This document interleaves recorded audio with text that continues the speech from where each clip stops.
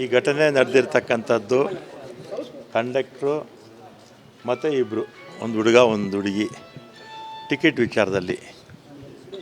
ಹುಡುಗ zero ticket ಅಂದರೆ ಹೆಣ್ಮಕ್ಳ ಟಿಕೆಟ್ ಉಪಯೋಗಿಸ್ತಾ ಇದ್ದ ಅಂತ.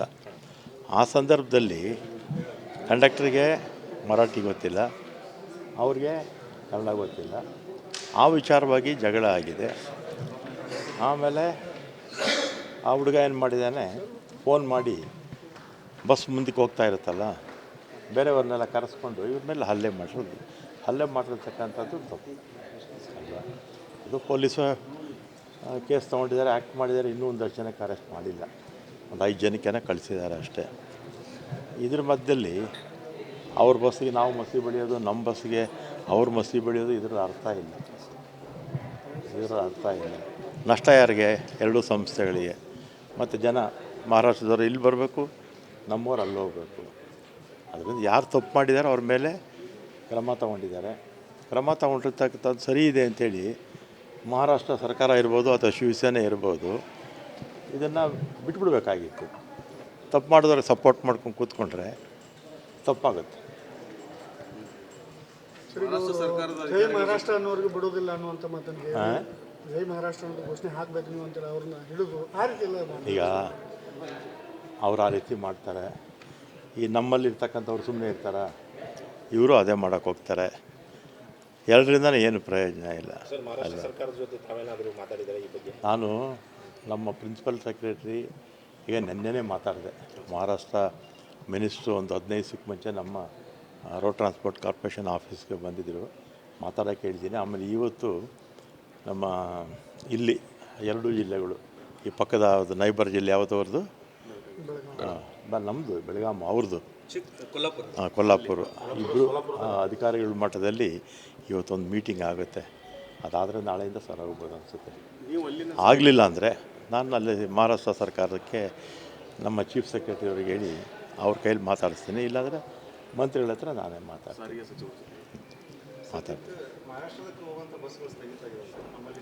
ಸ್ಥಗಿತ ಈಗ ಅವ್ರ ಬಸ್ಸು ನಮ್ಮ ಕಡೆ ಬರ್ತಿಲ್ಲ, ನಮ್ಮ ಬಸ್ ಅವ್ರ ಕಡೆ ಹೋಗ್ತಿಲ್ಲ. ನಮ್ಮ ಬಸ್ಗಳು ಎಷ್ಟು ಹೋಗ್ತಿದ್ವಿ ಸರ್? 4 ಕಾರ್ಪೊರೇಷನ್ದು ಹೋಗುತ್ತೆ. KSRTC, ವಾಯುವ್ಯ, ಕಲ್ಯಾಣ ಕರ್ನಾಟಕ ಎಲ್ಲ ಹೋಗುತ್ತೆ. ಆದರೆ ಇಲ್ಲಿಂದ ಜಾಸ್ತಿ, ಬಾರ್ಡರ್ ಅಲ್ವಾ ಇದು, ಇಲ್ಲಿಂದ ಜಾಸ್ತಿ ಹೋಗ್ತಾ ಇದೆ. ಅಂದಾಜು 100ಕ್ಕೆ ಮೇಲೆ ಹೋಗುತ್ತೆ. ಎಸ್ಪೆಷಲಿ ಈ ಒಂದು ಬಸ್ಸನ್ನು ಇಟ್ಕೊಂಡು ಈ ಥರ ರಾಜಕೀಯವಾಗಿ ಇದು ಮಾಡ್ಬೋದು, ತಪ್ಪದು. ಈಗ ಸೌಹಾರ್ದಯುತವಾಗಿರಬೇಕು, ನಾವೆಲ್ಲ ಒಂದೇ ದೇಶದವರು ಅಲ್ವಾ. ಯಾರೋ ತಪ್ಪು ಮಾಡಿದವ್ರಿಗೆ, ಕಂಡಕ್ಟರ್ ಮೇಲೆ ಹಲ್ಲೆ ಮಾಡಿದವ್ರಿಗೆ ಸಪೋರ್ಟ್ ಮಾಡೋ ಸರಿನಾ? ಸರಿ ಅಲ್ಲ. ಇದು ಕಾನೂನನ್ನು ಕೈಗೆತ್ಕೊಳ್ಳೋದು ತಪ್ಪಿರುತ್ತೆ. ಅಂಥವ್ರಿಗೆ ಯಾರೂ ಬೆಂಬಲ ಕೊಡಬಾರ್ದು.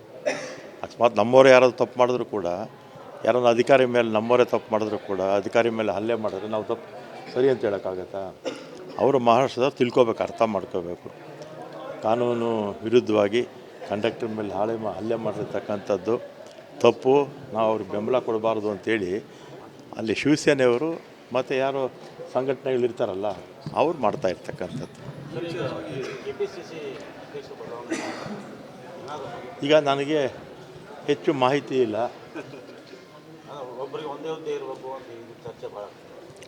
ಈಗ ಮಲ್ಲಿಕಾರ್ಜುನ ಖರ್ಗೆ ಅವರು ಯಾರು ಏನು ಮಾತಾಡೋಕ್ಕೆ ಹೋಗಬೇಡಿ, ನಮ್ಗೆ ಯಾವ ಸಮಯದಲ್ಲಿ ಏನು ಮಾತಾಡಬೇಕು, ಏನು ಮಾಡಬೇಕು ಅಂತ ಗೊತ್ತಿದೆ ಅಂತ ಹೇಳಿದ್ದಾರೆ. ಆದ್ದರಿಂದ ಅವರು ನಾವು ಶಿಸ್ತಿನ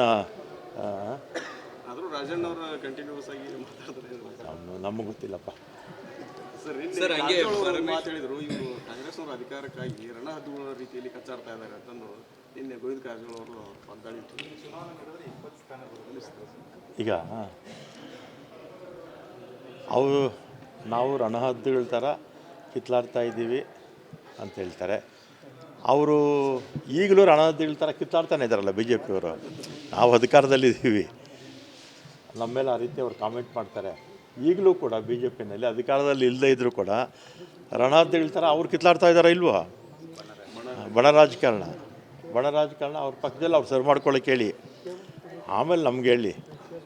ಆಮೇಲೆ 4 ವರ್ಷ ಆಡಳಿತ ಮಾಡಿದ್ರು BJPಯವರು. ಯಾಕೆ ಇವ್ರನ್ನ ಮನೆಗೆ ಕಳಿಸು ಜನ?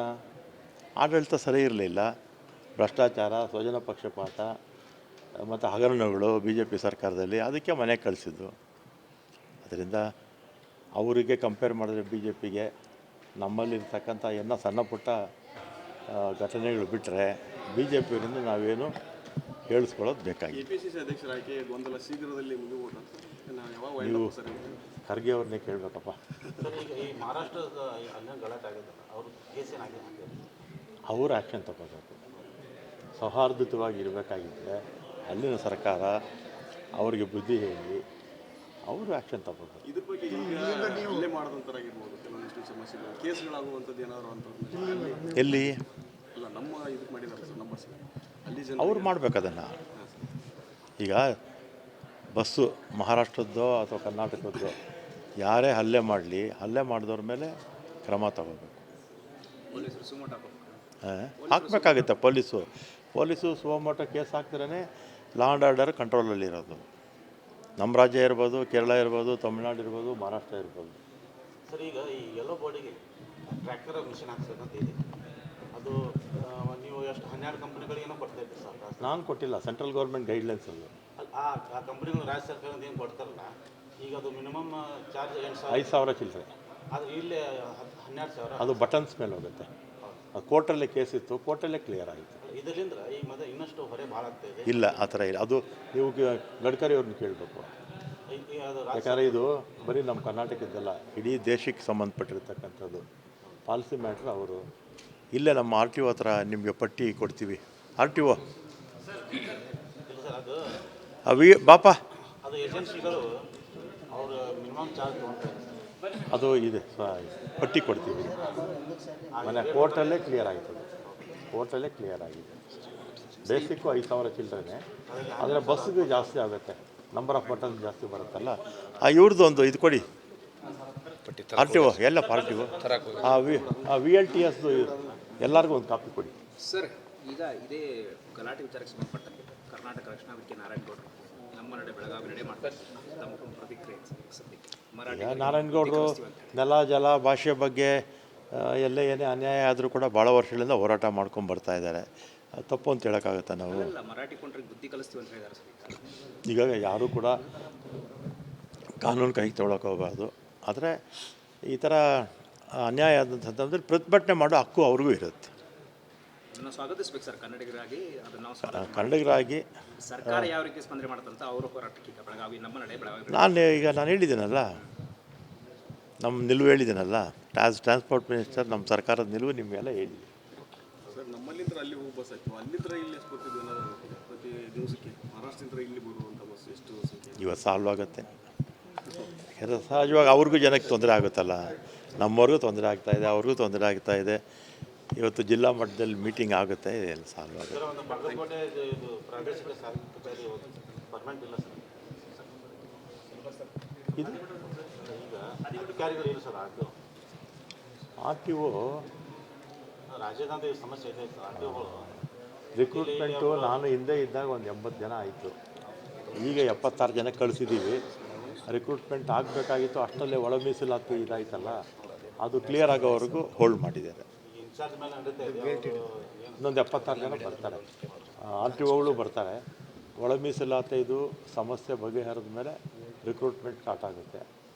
ನಾನು ಹಿಂದೆ ಇದ್ದಾಗ ಏನು ರಿಕ್ರೂಟ್ಮೆಂಟ್ ಆಗಿತ್ತು ಅಷ್ಟೇ ಮನೆ, ಮತ್ತು ಮಧ್ಯದಲ್ಲಿ 4-5 ವರ್ಷದಲ್ಲಿ ಮಾಡಿರಲಿಲ್ಲ.